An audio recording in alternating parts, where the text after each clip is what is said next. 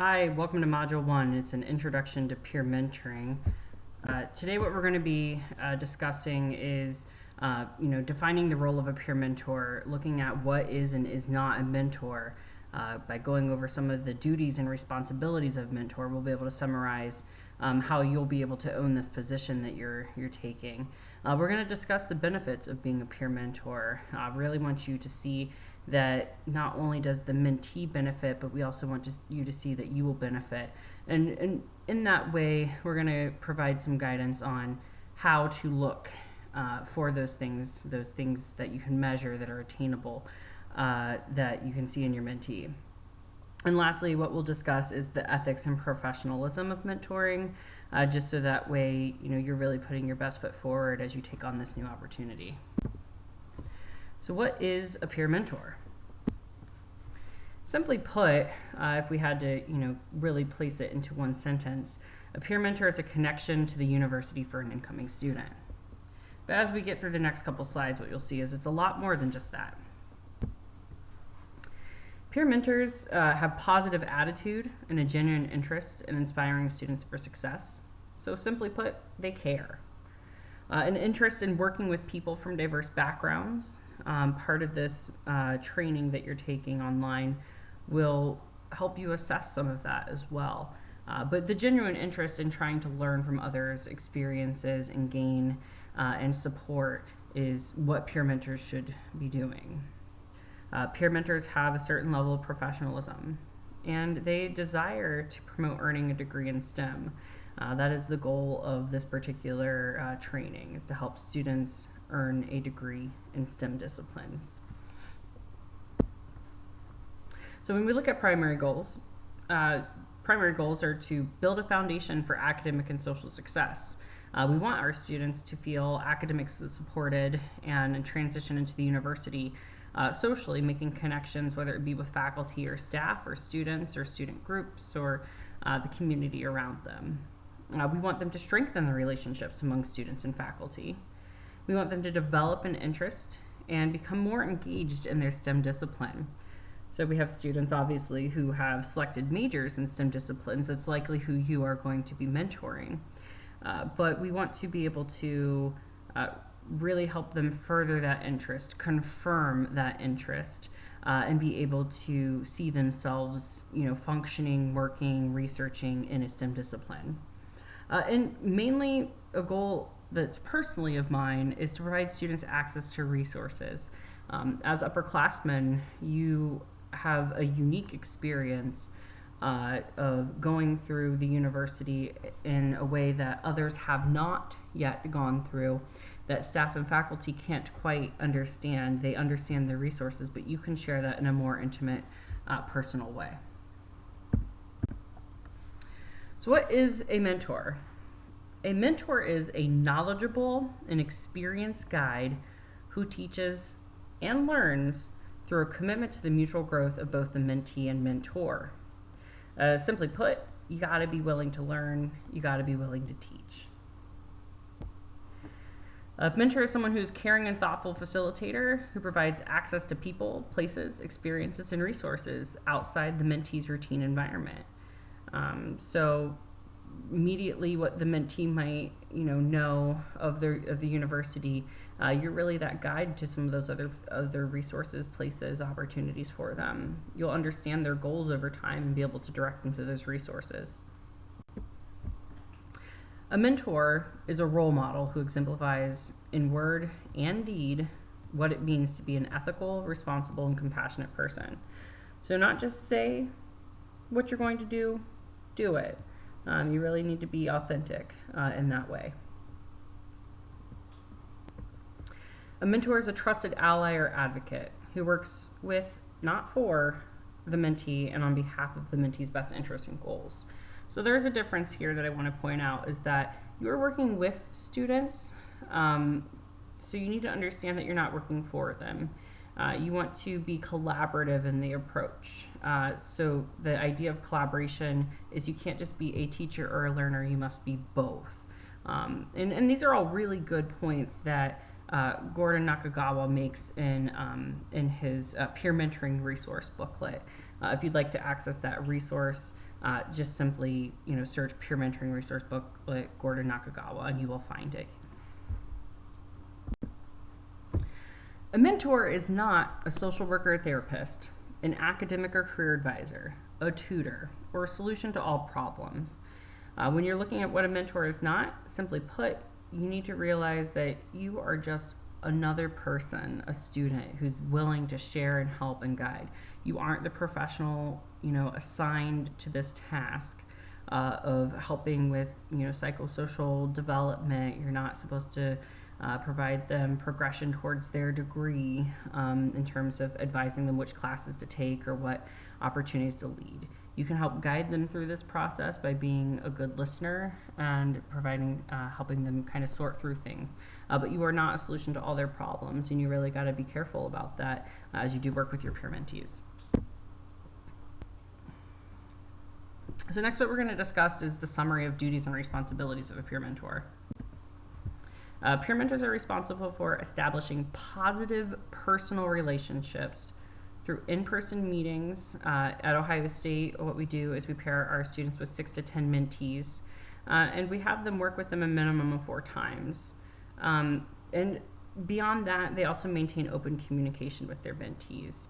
When we're really looking at the 6 to 10, the minimum of 4 times a semester, based on research and literature that's out there, that's really what it takes to build strong relationships with students.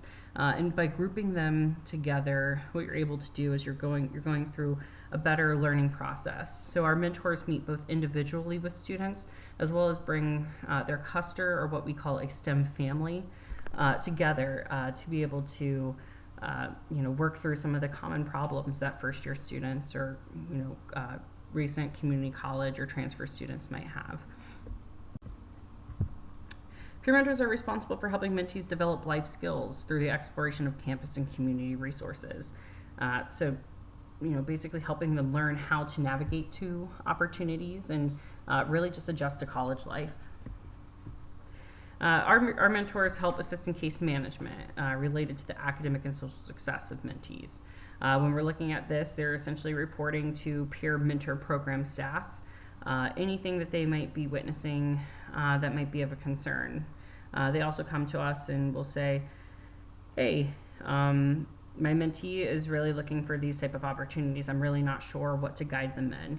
To their next steps, and we'll help them walk through that and provide them access to resources. So it is a learning process for the mentor as well a lot. Our peer mentors help our students, our mentees, develop goals, and then they provide a goal development intervention plan for the mentee. Essentially what they do is they work with each student to develop what they really want to accomplish out of their first year.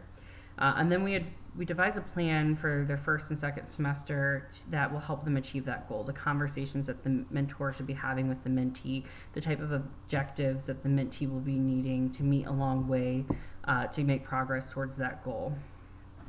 And we do peer reviews, and we provide program staff provide feedback on that as well.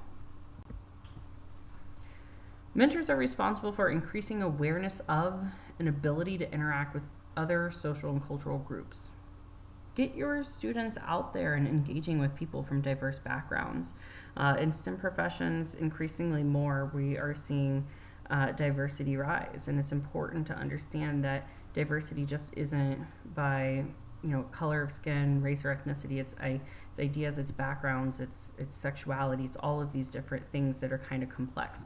Get your students used to working with groups and appreciating the groups and the mindsets of individuals who are around them on their campuses and who will be working with them in their professions. So the knowledge, skills, and abilities that a mentor really needs to have: excellent knowledge of campus and community resources. Make yourself available to learn what's available on your campuses and know how to access those resources and how to direct students to those resources. They need to have experience or knowledge working in teams or groups in some sort of leadership capacity and the ability to communicate effectively with diverse populations of students.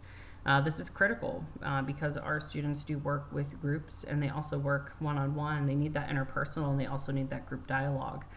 They need to be able to have that in their tool set to be able to utilize as they work with those. Sometimes the conversations come difficult and they've been trained to be able to handle those situations. So it is important to have some experience to move forth on. Our peer mentors need to have the ability to establish priorities and work with some level of independence. So looking at who they need to meet with, when, how the conversations are going, the type of materials or they need to prep, the type of activities that they would like to do with them, the things that they would like to take them to, whether it be a student organization meeting, a special lecture, introduction into a research lab or something like that. And with regard to some level of independence, what we're really saying is the program staff are here, but we don't dictate, we don't prescribe what our peer mentors are doing. Our peer mentors use us as a sounding board for the work that they're planning. It really provides them a lot of autonomy. So what are the benefits of peer mentoring? Well, simply put, you get a very intrinsic value as you watch your mentee grow over the course of a year. What you might look in for is an increase in self-confidence, the increase in self-efficacy. Really the mentee believing they can solve problems independently. When you see a student, you walk them through one situation and then a very similar situation, they know how to handle that. That's increasing that self-efficacy, the ability for that student to do that. You might also see some increased time management, study skills, communication skills, or interpersonal skills based on the work that you're doing with your peer mentees. You might see increased knowledge of campus culture, resources, policies, bless me, and procedures. And so what you'll see is that the students are just able to navigate through the university life a little bit better and understand what it's all about. And in that, you might see successful social transition into the university.